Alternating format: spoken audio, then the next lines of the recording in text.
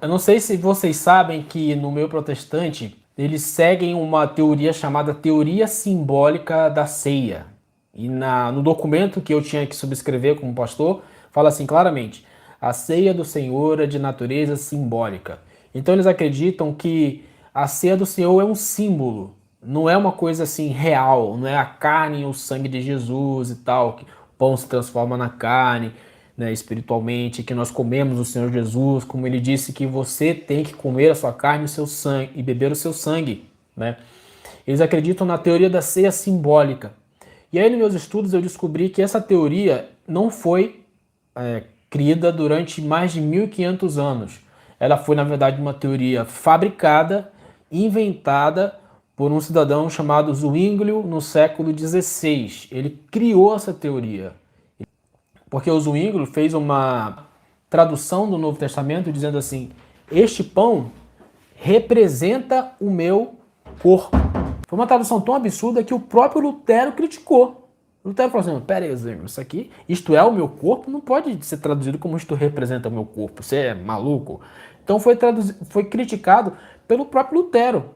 E essa era uma teoria que ninguém acreditava. Durante 1500 anos, ninguém acreditou em ceia simbólica. E lá na Declaração Doutrinária da Convenção Batista Brasileira, se você é um batista, vai lá no capítulo 9, depois diga se eu estou falando a verdade ou não. Está escrito assim, com todas as letras: a ceia do Senhor é de natureza simbólica. E todo pastor, e eu tinha que fazer isso, todo pastor, quando ele vai celebrar a ceia do Senhor, ele tem que dizer na hora do rito essas palavras assim, ó: este pão não é o corpo de Jesus. Ele tem que falar com essas palavras para o pessoal entender que é uma coisa simbólica e que eles não podem levar o pé da letra, não pode virar católico aqui dentro não, tá entendendo, pessoal? Esse pão não é o corpo de Jesus. Ele tem que falar isso com essas palavras, entendeu? E aí, quando eu estava estudando sobre a Eucaristia, foi assim, para mim, a gota d'água. Eu simplesmente não acreditei no que eu estava vendo. Que no primeiro século, Inácio de Antioquia, que foi bispo de Antioquia, conheceu o apóstolo João, disse assim, ó: fique longe de quem se recusa a acreditar que a Eucaristia é a carne do nosso Senhor Jesus Cristo. E você tem centenas de citações de pais da igreja que comprovam que a igreja sempre acreditou na Eucaristia. E eu fiquei assim, meu Deus, eu não estava acreditando nisso. Eu colocava a mão na cabeça assim, uma tristeza muito profunda. E eu falava para minha mulher, e a minha mulher concordando comigo, é mesmo. Então, e nesse momento, Anderson, a gente chegou à conclusão que a gente tinha que realmente sair, porque a gente precisava de Jesus real. Até então a gente tinha A gente Jesus, o quê?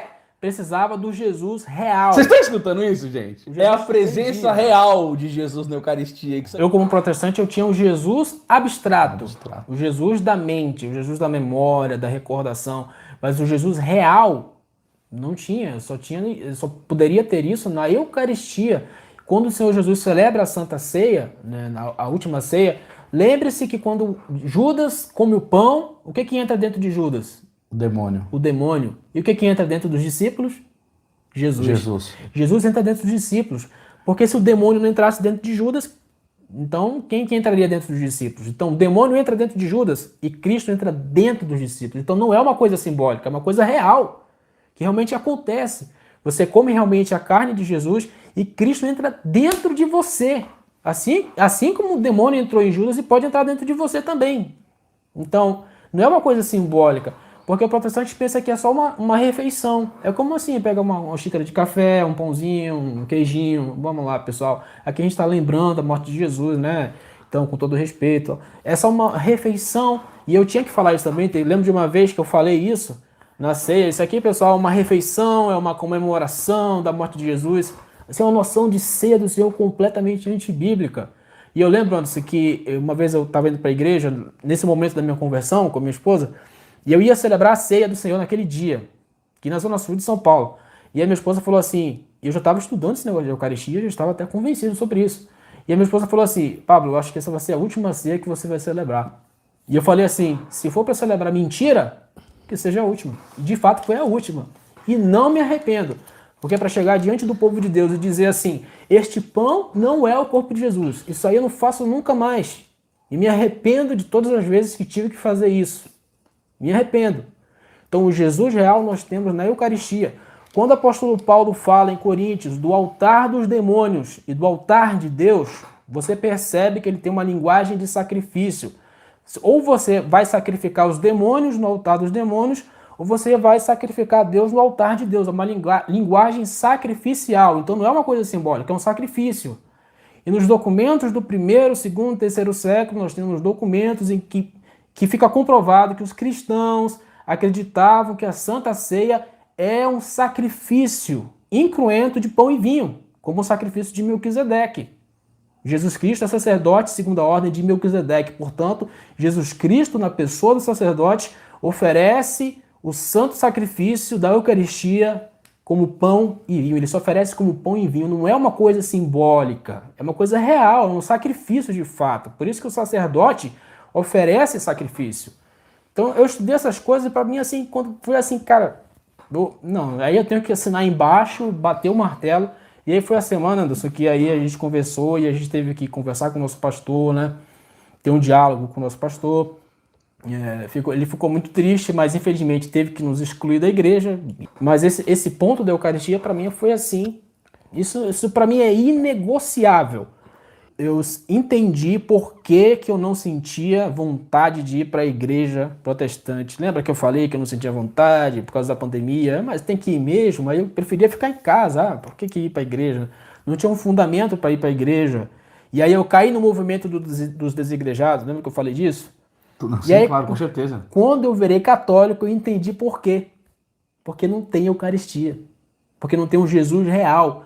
Agora que eu tenho um Jesus real, para mim, se tiver missa de manhã, de tarde, de noite, de madrugada, eu vou em todas. E eu vou assim com alegria, porque eu tenho o Jesus real, o Jesus de fato.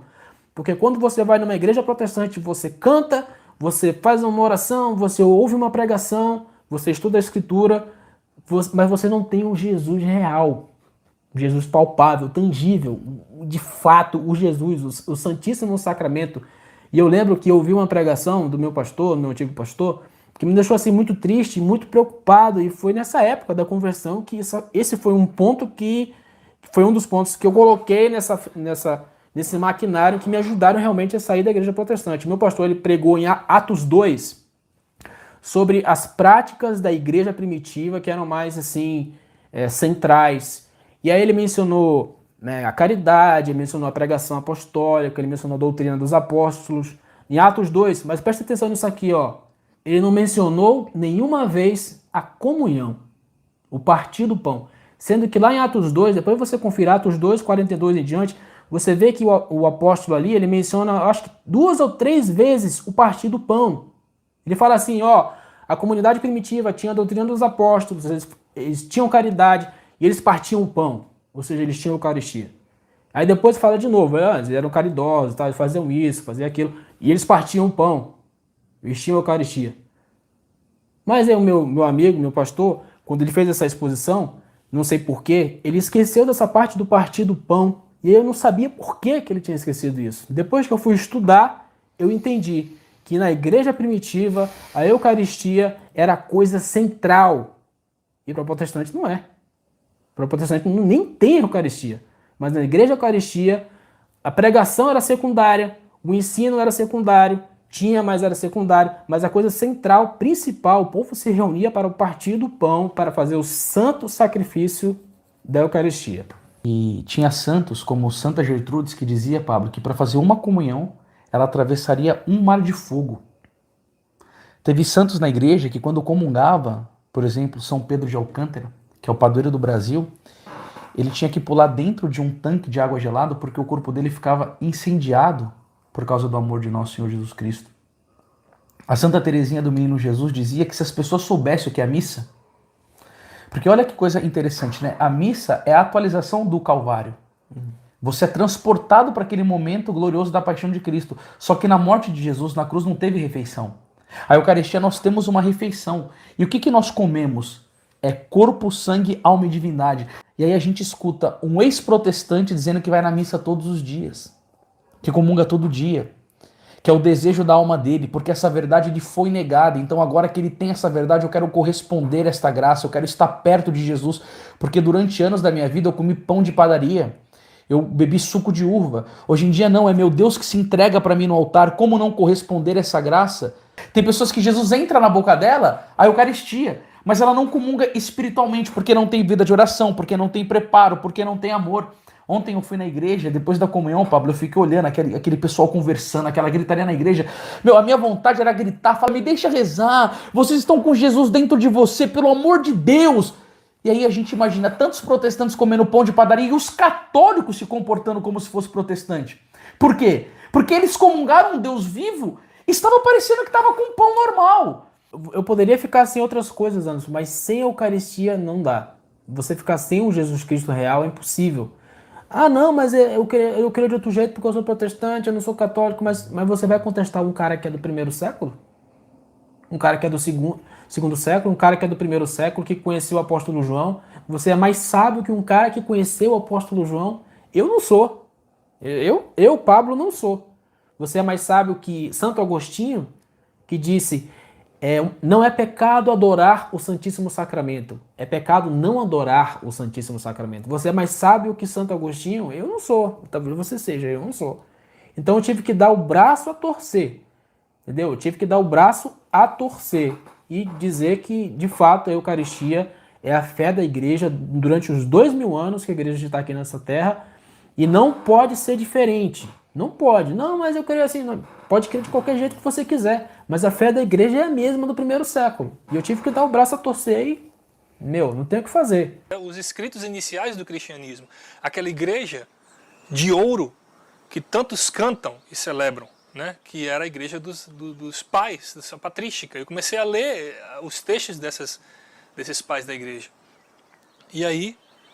fui lendo, me deparei com a questão da Eucaristia. Essa questão da Eucaristia foi a questão central, na verdade, porque eu me deparei já com os escritos de São Justino Mártir. Ele tem uma carta que ele escreve ao imperador Antoninus Pius, mas ele vai explicar como era o culto cristão, a fé cristã, o que é que os cristãos do século II, no ano 150 mais ou menos, acreditavam.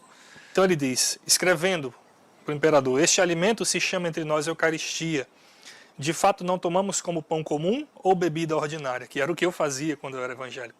Tomava aquilo como bebida ordinária, como um pão comum. E ele diz aqui, não é isso.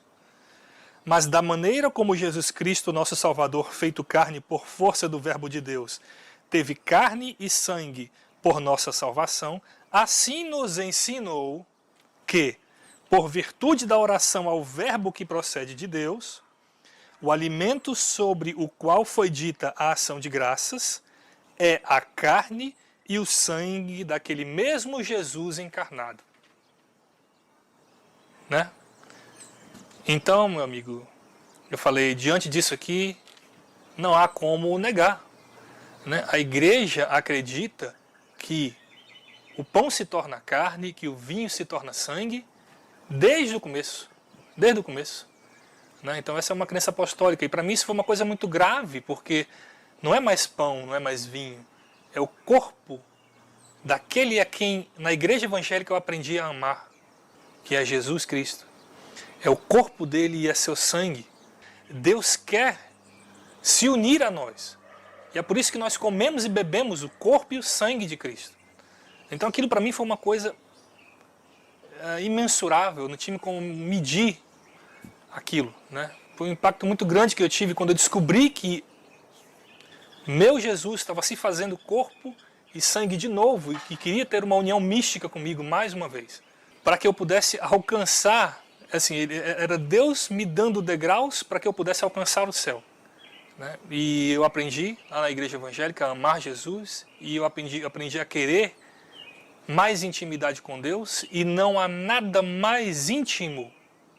Nada mais íntimo. Você não tem como imaginar nada mais íntimo do que cumprir aquilo que Jesus Cristo diz em João capítulo 6, que é comer o seu corpo e beber o seu sangue. Quando Jesus Cristo fala aquilo, todo mundo se escandaliza e as pessoas começam a deixá-lo. E ele nunca disse que aquilo é parábola. Ele nunca diz. Pelo contrário. Ele diz, e vocês também vão embora? Né? Para os apóstolos. poxa, aquilo para mim foi de uma grandiosidade enorme, da qual eu não pude mais nem me desvencilhar e nem ignorar. Quando você se depara com esse tipo de coisa, você não tem como ignorar isso. Não é mais um pão, não é mais um vinho, suco de uva, não. É uma coisa gravíssima. É Deus querendo ter uma união mística conosco. Então, convido você que, assim como eu, foi evangélico, ou é evangélico, como eu fui, a descobrir esse grau de intimidade mística, de união com Deus, que Deus quer ter com você. Deus quer ter com você. Ele quer se unir misticamente a você, quer que você beba o seu sangue e coma a sua carne na Eucaristia. Isso, como eu li, é uma coisa que vem dos apóstolos, né? E foi isso, desejar me unir a Deus dessa forma, tão íntima. Foi isso que me trouxe de volta à fé católica.